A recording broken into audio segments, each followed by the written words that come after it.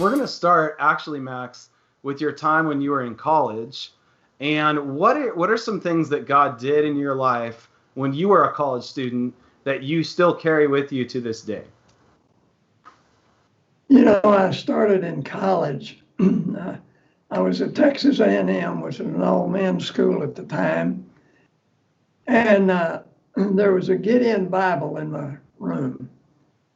And so I began to read that and began to make decisions. I grew up in high school, and every Saturday night I'd go to the movie. Mm-hmm. Well, after I came to college one night, I was walking over to the movie, and I thought, I stopped under a tree, and I thought, I don't really need to go to a movie tonight. I probably need to go back and read the Bible. And so I remember standing there under that tree. It was quite a struggle.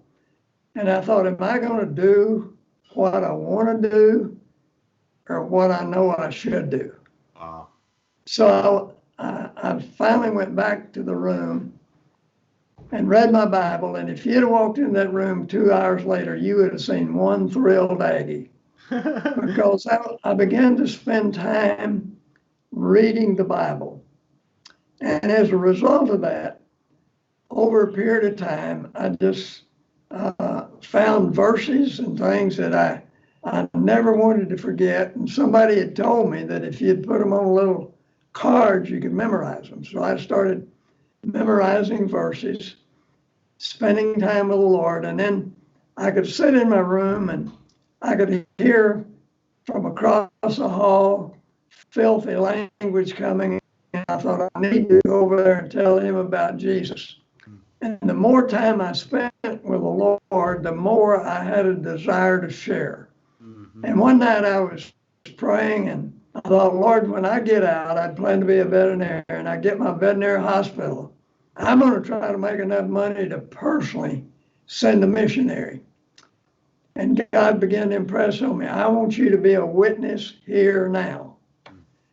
And I kept telling God what I was going to do when I got out of college, and I couldn't get him to move off of the idea. Why don't you share with people here now? And so I started doing that. I didn't know much about it, but I just started.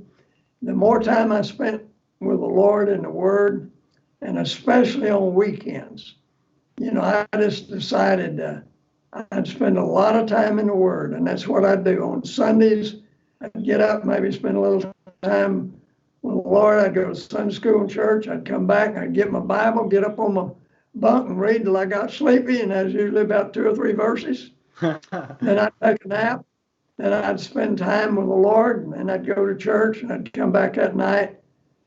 Because I slept that afternoon, I had plenty of time. I just spent a lot of time in the Word. And as a result of that, and I'd say to you, in your ministry, whatever you do, do not neglect your time with the Lord. Mm-hmm. You are going to reproduce what you are. And that depth of your own walk with the Lord, that time in prayer, I don't know if you've lived long enough to figure it out, but you don't have it, buddy. You don't. And Jesus said, abide in me and I in you. As a branch cannot bear fruit of itself, no more can you unless you abide in me. And that thing of abiding in the Lord, spending time in his word. And don't neglect your time with the Lord. It's easy when you get in a busy ministry. And gang, that do not let that go. Pay the price to spend time daily, every day in the Word of God and in prayer, because that's what God's going to use as you go out and minister to others.